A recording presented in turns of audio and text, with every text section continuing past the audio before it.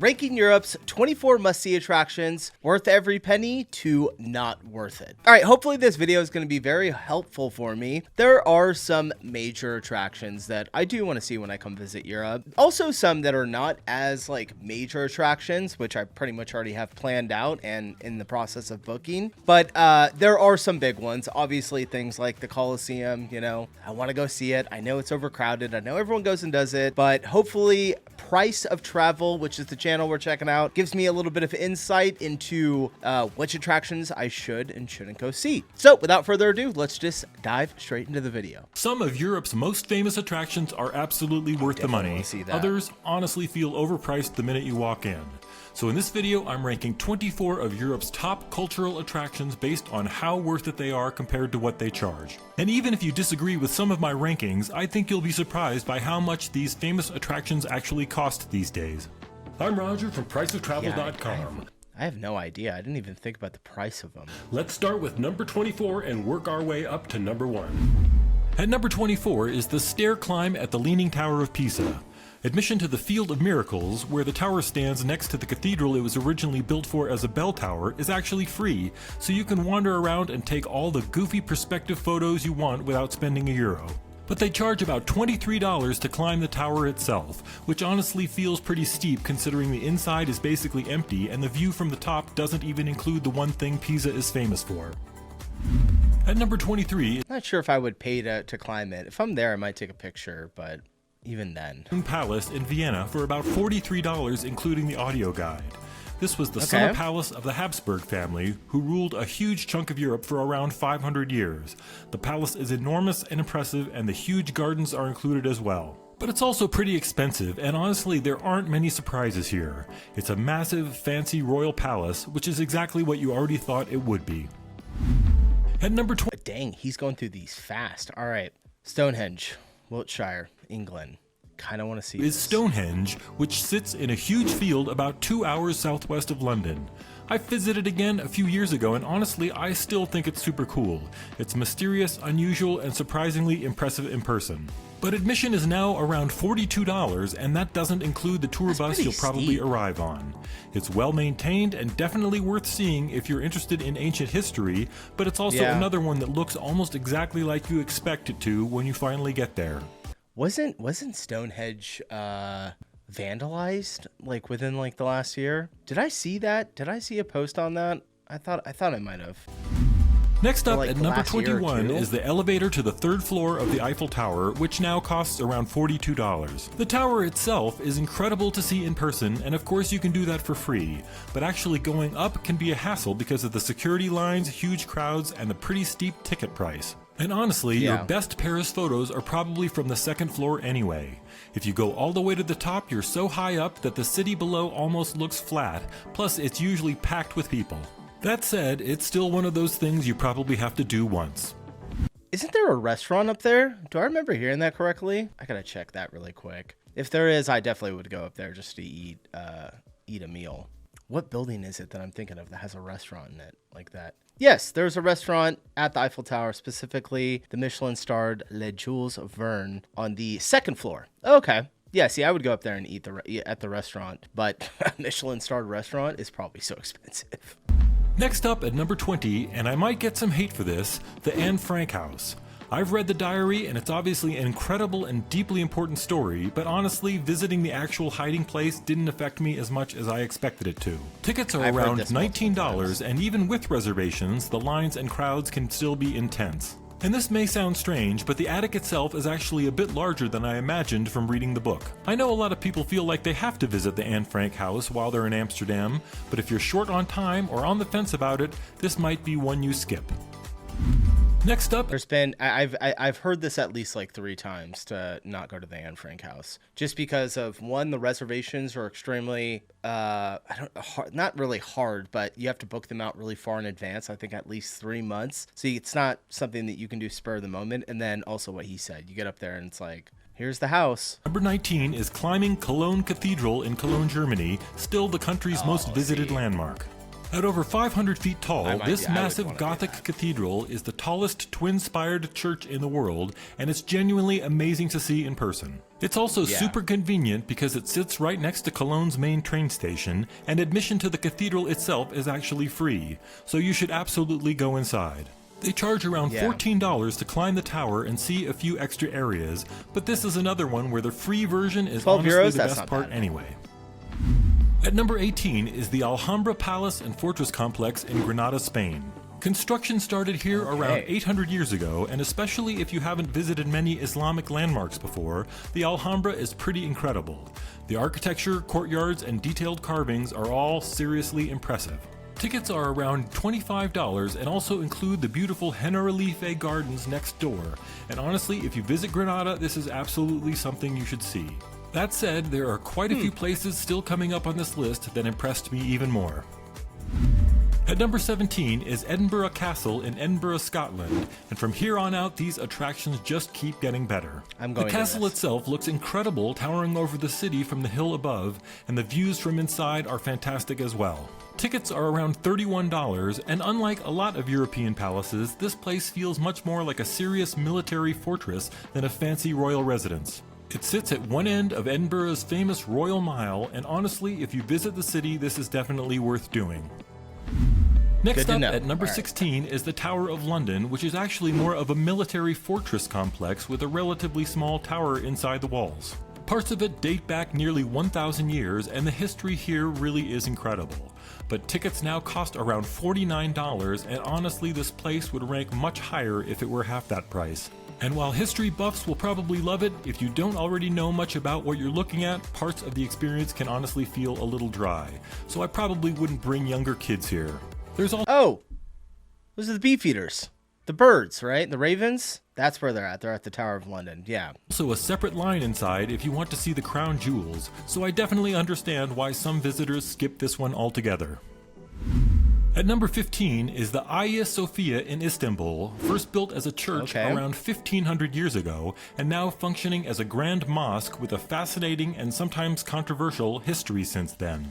Non-Muslim visitors currently pay around $28 to visit the upper gallery and museum areas, and the views from up there are incredible. And honestly, this is one of those buildings that somehow feels Non-Muslim? You have to pay if you're non-Muslim? I'm probably going to pass on much this larger on the inside than it looks like from the outside. It's an amazing place and definitely worth visiting if you're in Istanbul. At number 14 is the Uffizi Gallery in Florence, Italy, the first of several art museums on this list where the building itself is a huge part of the experience along with the artwork. The Uffizi is housed inside a nearly 500-year-old palace dating back to the height of the Italian Renaissance, and most of the collection comes from that same period. Tickets are currently around $28, and honestly, even if you don't usually consider yourself an art museum person, this is one you should still think about visiting. Okay. At number 13 Not is that the bad, Prado $28. Museum in Madrid. This is another one of those museums where wandering through the centuries-old building would honestly be enjoyable even if there were no artwork inside. But this also happens to be Spain's national art museum with famous works by artists including Goya and El Greco. Tickets are only around $17 these days, so if you visit Madrid you should probably spend at least a couple hours here. Unless you want your friends back home thinking you're some kind of uncultured Philistine. Next up at number 12 is Prague Castle, and I honestly enjoyed this one much more than I expected to. After you've toured a few historic castle complexes around Europe, they can honestly start to feel a little similar after a while, but Prague Castle felt very different to me. Instead of touring one main building, you're really exploring a huge hilltop complex with amazing views as you gradually walk downhill toward the river, past churches, courtyards, towers, and other landmarks. Tickets are only around $20, and in a city packed with great sights, I still think this is the best one. At number 11 is the Rijksmuseum in Amsterdam. Oh, I wanna go another here. world-class museum housed inside a landmark building that's more than 200 years old. We did a museum video a couple of months back. It was really, really cool. I think Rijksmuseum was on there. The Prado was on there. That one that was in Italy. I can't remember the name that he just said. I'm not going to try. Old. Tickets are now around $28, and this is where you'll I did wanna find go to this Rembrandt's one, though. famous Night Watch, along with many other masterpieces from the Dutch masters. The nearby Van Gogh Museum often has even longer lines, but honestly, this is probably the museum most visitors should choose unless they're a serious Van Gogh fanatic. The Rijksmuseum was actually closed for renovations for nearly 10 years, and I haven't visited since it reopened, but I'm pretty confident it's still amazing. By the way, if you're enjoying this, it really helps the channel to hit the like button and or subscribe. Alright, maybe a like. Okay, we finally made it to the top 10, and from here on out, these are all places that are amazing even if they charge a bit too much to get in. At number 10 is the National Archaeological Museum in Athens. This is one of those museums where it's genuinely hard not to be shocked by some of the things you see. I still remember looking at intricate gold jewelry pieces that are around 4,000 years old that honestly look like they could have been made today. The collection here spans nearly 9,000 years of Greek history, and at around $23 to enter, this is absolutely a must visit if you're in Athens. At number 9 is the Palace of Versailles just outside Paris. The palace complex dates back around 400 years and became the royal residence of King Louis XIV. This place is absolutely enormous, and the huge gardens are a major attraction all by themselves. Tickets now cost around $36, and it remains one of the most visited tourist attractions anywhere in the world. And honestly, if you've only got the patience and attention span to tour one giant royal palace in your entire life, this is probably the one to choose. Yeah. At number 8 is the Louvre Museum in Paris, probably the most famous museum in the world, and also a See, I'll be honest, I have no desire to go see the Louvre. And I think it's just because I've heard of how many people are there, that it's just absolutely insane. You just stand in line for hours, so that doesn't sound very appealing to me. Let's see if he says former that. royal palace that dates back more than 200 years. And if you've ever visited the Louvre or honestly even read about it, you already know the main issue here. It's enormous, overwhelming, and usually very crowded. But at the same time, if it's your first trip to Paris, you obviously have to go. Years ago, I even wrote a blog post explaining how to see the Mona Lisa, the Venus de Milo, and a handful of other highlights in less than an hour, and honestly, I don't blame anyone for hustling through if the crowds get too intense. Even a relatively short visit here is still worth it. Tickets for non-Europeans are now around $36, which is almost double what they cost just a few years ago. At number 7 are the Vatican Museums in Vatican City, which is completely surrounded by Rome. The Louvre is currently the most visited museum in the world, and this one is number 2, in case you've got a pub quiz coming up or something. For better or worse, this is where the Catholic Church keeps its enormous collection of art and treasures, and honestly, it's about as impressive as you can imagine. Tickets are around $23 these days, which actually feels like a bargain compared to a lot of the other attractions on this list. You follow a one-way route through roughly 24 galleries, eventually ending in the Sistine Chapel with Michelangelo's famous ceiling. And even if you don't normally think of yourself as an art museum person, this experience is way less boring than it might sound. At number 6 is the Acropolis of Athens, that flat-topped hill in Athens you've probably seen in photos your entire life. Yeah, see, I want to go here so I can take a photo next to this or in front of it, and then do the identical photo here in Nashville, because we also have an Acropolis here in Nashville. I'm pretty sure to scale, exact same structure, except it's just fully built. And sitting on top of it is the Parthenon, along with several other structures dating back around 2,500 years. But honestly, this is one of those places, like the Pyramids of Giza or the Colosseum, where it almost feels surreal to finally stand there in person after hearing about it your whole life. Tickets are now around $34, and if you visit during the summer, definitely try to go in the morning because it gets extremely hot up there. At number 5 is the Colosseum in Rome, and from here on out, we're obviously talking about absolute heavy hitters. Unless you grew up in southern Italy, Colosseum is only $20 US or 18 euros. That actually seems really good. I thought it would be way more. Instantly recognizable image of the partially crumbled Colosseum is probably one of the most famous sights on Earth. And once you catch the travel bug, this is one of those places you eventually have to see for yourself. Tickets are only around $20, and that also includes the nearby ruins of ancient Rome, so this is really two incredible attractions in one. And honestly, the events that took place here 2,000 years ago were so insane that somebody will probably make a movie about them someday. At number 4, I've got riding a Venice Vaporetto through the canals of Venice. And yes, I realize this is a slightly different category from most of the attractions on this list, but the canals themselves are historic man-made engineering projects, so I think this still counts as a cultural attraction. The Vaporetto is basically Venice's public water bus system, and it's how locals and tourists alike get around the city, or at least across the Grand Canal. A ticket costs around $11 for 75 minutes of rides, That's and cheap. honestly, the canals of Venice are still one of the most amazing sights anywhere in the world.